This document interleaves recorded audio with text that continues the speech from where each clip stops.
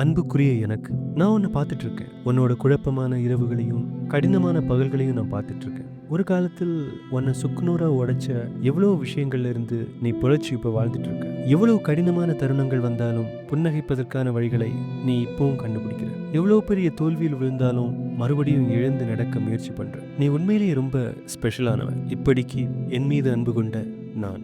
நீங்க எப்பவாவது உங்க வாழ்க்கையில இப்படி ஒரு கடிதத்தை உங்களுக்கு எழுதியிருக்கீங்களா? உங்களை நீங்களே பாராட்டி, உங்களை நீங்களே உற்சாகப்படுத்தி இப்படி ஒரு கடிதம்? எனக்கு தெரிஞ்சு நம்மள யாருமே எழுதுறதில்ல. அன்பு கூட சில கண்டிஷன்ஸோட வர ஒரு உலகத்துல நாம இப்போ வாழ்ந்துட்டு இருக்கோம். நீ வெற்றி பெற்றா நான் உன்னை அன்பு செய்வேன். உன்னை நீயே மாத்திக்கிட்டா நான் உன்னை அன்பு செய்வேன். இந்த மாதிரி பல கண்டிஷன்ஸ். ஆனா ஒண்ணு, இந்த அன்பை நாம எப்பவுமே சம்பாதிக்க முடியாது. உங்களோட ஒரு கடினமான காலத்தில் உங்களால லவ் பண்ண முடிஞ்சா நீங்க எந்த காலத்திலும் யாருடைய அன்புக்காகவும் காத்திருக்க மாட்டீங்க. நாம பயன்படுத்துகிற ஒவ்வொரு வார்த்தைக்கும் ஒரு பவர் இருக்கு. சம்டைம்ஸ் நாம முட்டாள்னு சொல்லிப்போம், சோம்பேறின்னு சொல்லிப்போம், எதுக்கும் லாயக்கில்லாதவன்னு சொல்லிப்போம். நீங்க உங்களை பத்தி என்ன நினைக்கிறீங்களோ அதுதான் உங்களை பண்படுத்தும். அதனால உங்களை பத்தி நீங்களே நெகட்டிவா சொல்றத ஸ்டாப் பண்ணுங்க. வார்த்தைகளில் ஏற்படுத்துகிற இந்த சின்ன சின்ன மாற்றம் உங்க வாழ்க்கையில கண்டிப்பா ஒரு பெரிய மாற்றத்தை ஏற்படுத்தும். அதனால் உங்களுக்கு நீங்களே காதல் கடிதம் எழுதி கொள்ளுங்கள். அன்புக்குரிய எனக்கு, நான் உன்னை அன்பு செய்றேன். நான் உன்னை பாராட்டுறேன். உன்னை நினைச்சு பெருமைப்படுறேன். நான் உன்னை எப்பவும் விட்டு விட மாட்டேன். ஏன்னா நான் என்னையே அன்பு செய்றேன்.